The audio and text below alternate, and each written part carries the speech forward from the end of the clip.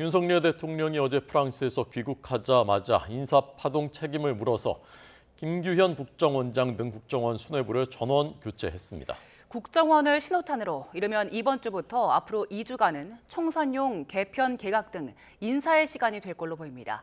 취재기자 연결합니다. 조은지 기자. 네, 용산 대통령실입니다. 네, 국정원 수뇌부 교체가 전격적으로 이뤄졌는데요. 경제 성격이 강한 거죠?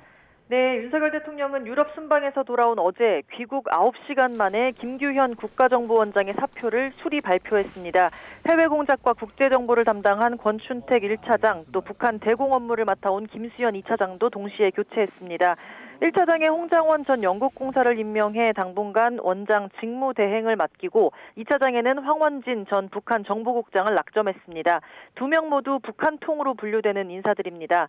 한날 한시에 후임 국정원장도 없이 수뇌부가 전면 물갈이 된 건데 사표 형식을 빌렸을 뿐 사실상 경질입니다. 국정원은 그동안 인사를 둘러싼 잡음이 끊이질 않았는데요. 윤 대통령 최측근으로 통했던 검사 출신 조상준 전 기조실장이 임명 4개월 만에 돌연 사퇴한 걸 신호탄으로 지난 6월엔 윤 대통령이 제거했던 인사가 닷새 만에 철회된 일도 있었습니다. 문재인 정부에서 밀려났던 인사들이 대거 명예회복을 시도하면서 이른바 신구 세력이 충돌했다. 혹은 국정원장의 전폭적 신임을 받는 실세 인물이 전횡을 하고 있다는 내용 등이 불거졌지만 윤 대통령은 당시 김규현 원장을 재신임했습니다. 적어도 연말까지는 더 지켜보겠다는 입장이었던 걸로 전해졌는데 조직과 인사를 둘러싼 잡음이 계속 이어지고 이게 보도를 통해 거듭 노출되면서 윤 대통령은 순방 기간 수뇌부 전면 교체를 결단한 걸로 전해졌습니다.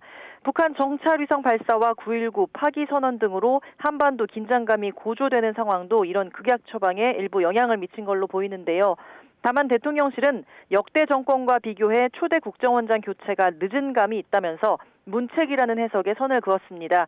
지난 정권에서 무너졌던 한미 정보 체계를 미국 통인 김규현 원장이 복원해 정상화한 만큼 이제는 북한 위협에 대응할 대북 전문가로 정보 수집 역량을 강화하는 차원이라고 밝혔습니다. 국정원장은 국회 인사청문회가 필요한 자리인데요. 이미 내부 검증 절차에는 돌입했다고 해도 당분간 공석은 불가피해 보입니다.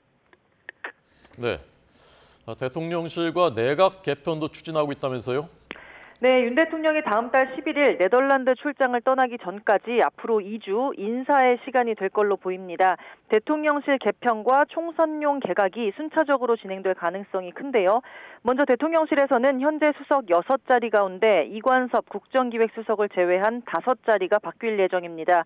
시민사회 강승규, 홍보, 김은혜, 사회 안상훈 수석은 총선 출마를 염두에 두고 있고 최상목 경제수석은 역시 총선에 나서는 추경호 경제부총리 후임이 유력합니다. 이진복 정무수석은 차기 한국거래소 이사장 하마평에 올라 있습니다. 이르면 이번 주 늦어도 다음 주에는 대통령실 2기가 꾸려질 걸로 보입니다. 개각은 국회 예산안 심사가 마무리되는 다음 달 초에 본격화할 텐데요. 관심이 쏠린 한동훈 법무장관의 사퇴 시점이 아직 변수지만 기획재정부 추경호, 국토교통부 원희룡, 국가보훈부 박민식 장관 등 정치인 출신은 후임자 검증이 마무리 단계입니다. 총선용 개각인 만큼 출마자를 비롯해서 19개 부처 가운데 절반 정도는 간판을 바꾸는 대규모 개각이 될 거라는 관측이 나옵니다.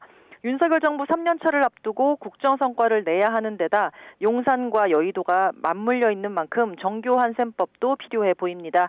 지금까지 용산 대통령실에서 YTN 조은지입니다.